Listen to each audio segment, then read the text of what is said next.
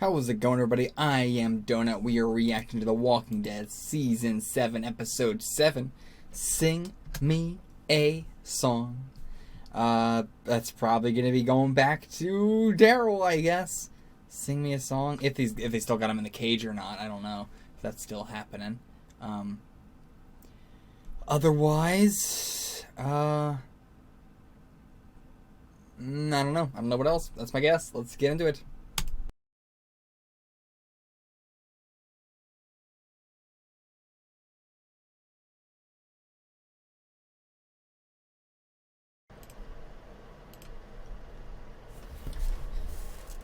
Jesus fucking Christ, Carl has some insane balls on him.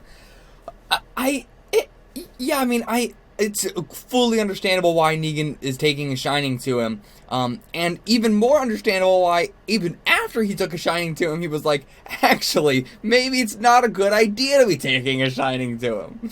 Because, yeah, I honestly cannot imagine any other character in this entire show, just keeping that much of a calm face in front of Negan for as long as he did.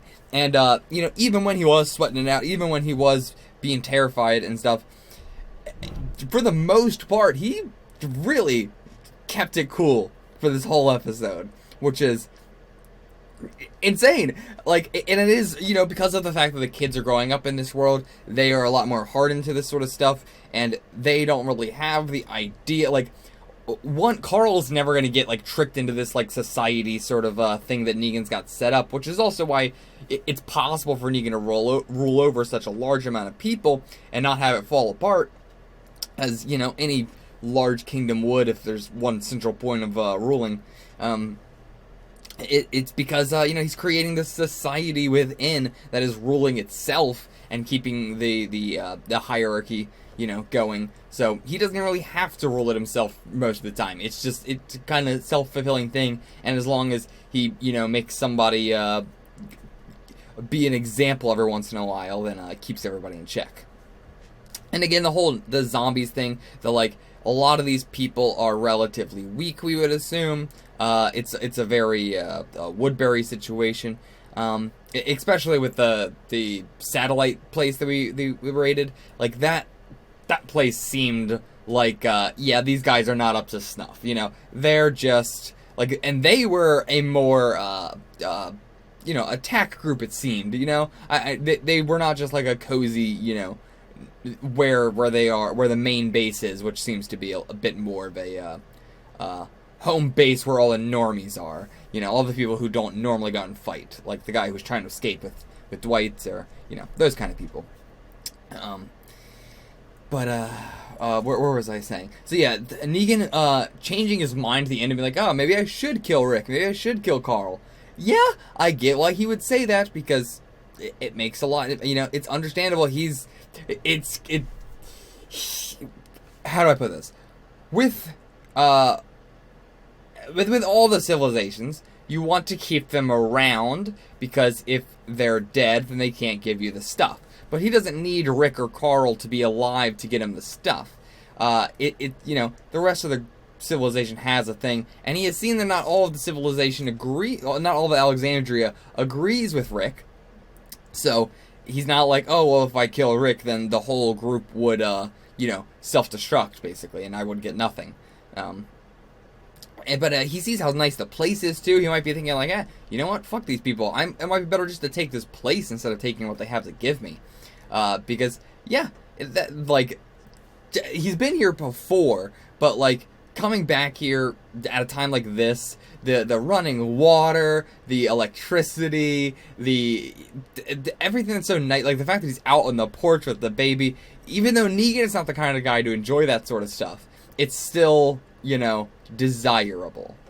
No matter who you are, it's still desirable. For his people, if he could give them this sort of stuff, the highest ranking, the highest echelon of his society that he's created, then yeah, it makes sense. But yeah, Negan doing the whole, like, protection from the zombies thing, that's where I was going. I sort of trailed off when I never really finished my thought. That's what I was saying with the weaker people. Like, he's giving them that protection from the zombies. He's doing his service, as he calls it. So, yeah, he's got many things going for him that is why he's able to continue to roll over such a huge amount of people. Oh yeah, okay. So we had the Rick and Aaron going to this guy that's on a boat in the middle of a lake, and he's got it all like with traps everywhere. Like, this is the quintessential. Once again, the show just loves doing this thing where it's like people have been having this idea that they would do blank during a zombie apocalypse. They're like, let's show what that would be, right? You know, things like the kingdom. You've been having talks with your friends about, oh, what would you do during a zombie apocalypse? And somebody's like, oh, I would do, basically what the kingdom is, or oh, I would do what this guy is. I'd go on a lake with like a boathouse, and just that way none of the zombies could get to me because they would have to walk on the bottom and they wouldn't be able to swim up, and any people would have to traverse all this to get to me, and put up a sign, like, not related to that, but separately, like, why does no one just put up a sign that says, hey, I live here, don't come here or I will fucking shoot you. Things like that, that they're showing again. I really love whenever they do this, like, the silly kind of stuff, like this in the kingdom, where it's like, realistically, would someone do this kind of thing? It's so, like, this guy on the boat, it's so complicated in real life. If the zombie, apocalypse would have happened in the same way that it happened in The Walking Dead, would somebody do this? Maybe at this point, maybe, but still, it's a bit of a stretch, but it's fun to go with because it's so, like, it's the classic just talking about it with your friends. And yeah, so, and he has this whole long, sign warning them, but it doesn't matter because normally they'll be like, all right, let's not mess with this dude. But now it's like, even if he's completely innocent, even if he, needs this stuff, even if he's gonna shoot us, and this is insanely dangerous, both for their health and just like morally wrong to do, we have to do it. We need the shit. We absolutely need the shit. And I am saying we got that truck that is full of supplies in the bottom of the lake somewhere. And now, once again, there's probably not much that's of use in it. Still, a lot of the food is going to be dissolved and disintegrated and stuff. Maybe canned stuff is still going to be good. And maybe there will be weapons in there. I don't know. But yeah, that's still a possibility. As I've always said, they could get some scuba gear or something, go down there, do some trips back and forth. Before, it didn't really seem worth it, but now it's, we're kind of desperate, so it might be worth it. Negan is just such a hateable villain. I love that, like, he has there's nothing about him that is redeemable. He is likable in his, like, acting. He's a great actor. He's got fantastic charisma as a character and everything. Bad charisma, but still, it's evil charisma instead of bad charisma, I should say. But yeah, he is one of the most hateable villains I have ever seen, in which it is just pure hate. When I see him, I hate him. I'm not like, oh, I'm excited to see what Negan's gonna do. I'm just like, oh, I fucking hate Negan so much, while still, like, it's very hard to ride that line of, like, hating the character while also really liking the character. Hating the person, liking the character. Or what they stand for, It's mainly smiling, too. The smiling is... It's always saying one thing, meaning another thing. And just the holding Judith, they're rocking Judith, and, like... He looks like he looks like such a normal dad. He doesn't look scary at all. He doesn't have like this, terrifyingly evil appearance, which is why he's so scary. He never looks that scary. Even when he's mad, he doesn't look that scary. It's just that you know what he's capable of doing. Yeah, that whole scene with the fucking girls and the room, and whew, boy, fantastic acting on everyone's part. Seriously. Daryl just having to, like, see everything that's going on with Carl, seeing everything that's going on, just all around him with everybody, and not being able to do anything about it, but more specifically Carl. Like,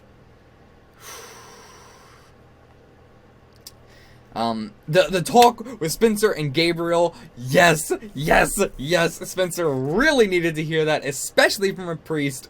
Such a good line, too. You are tremendous. It does make you a tremendous shit. And it does. He's being very petty. And I'm glad that he has realized that and is changing. I don't know if Spencer is capable of actually changing. I feel like he's always going to be fucking shit up. But I don't think, he's not doing anything with extremely ill intentions. He's just misled.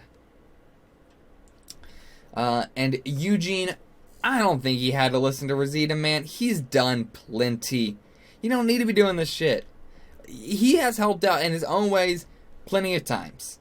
Sure, the whole lying to everybody, big deal. But since then, I think he's made it up. And even if this might save them in the end, even if the bullets might save them in the end, I don't think it's the right decision. I just don't think it's the right decision. We got Michonne going to see Negan. Everybody's going to see Negan. Oh shit, actually, what happened with Jesus at the end there? Oh man. I don't know. Well, actually, I want to make a check real quick. Okay, so yeah, Jesus just got on the top of the truck and hitched ride back to Alexandria. That's just what was going on there. It was just, I guess, explaining, how the hell he got back to Alexandria. But yes, he just hitched a ride with them. Wait. Actually, I'm trying to remember. No. Wait. No, because he got off the truck. No.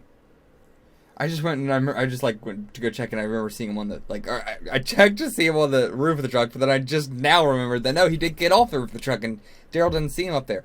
Also, Daryl got the key and escaped. God, I actually forgot there was a bit of, there's, quite a few stuff that was not resolved this episode. That was, set up, very briefly was not resolved. Yeah, Daryl got the key and the note, and I don't think he should be trying to escape. It's his only option at this point, but, it's gonna be so much worse for the Alexandria people if he tries to escape here. But it seems to be all kicking off. But it shouldn't be kicking off. This is a bad time to be kicking off, because nobody's ready. This is the worst time for shit to be kicking off. But yeah, I guess that covers it all.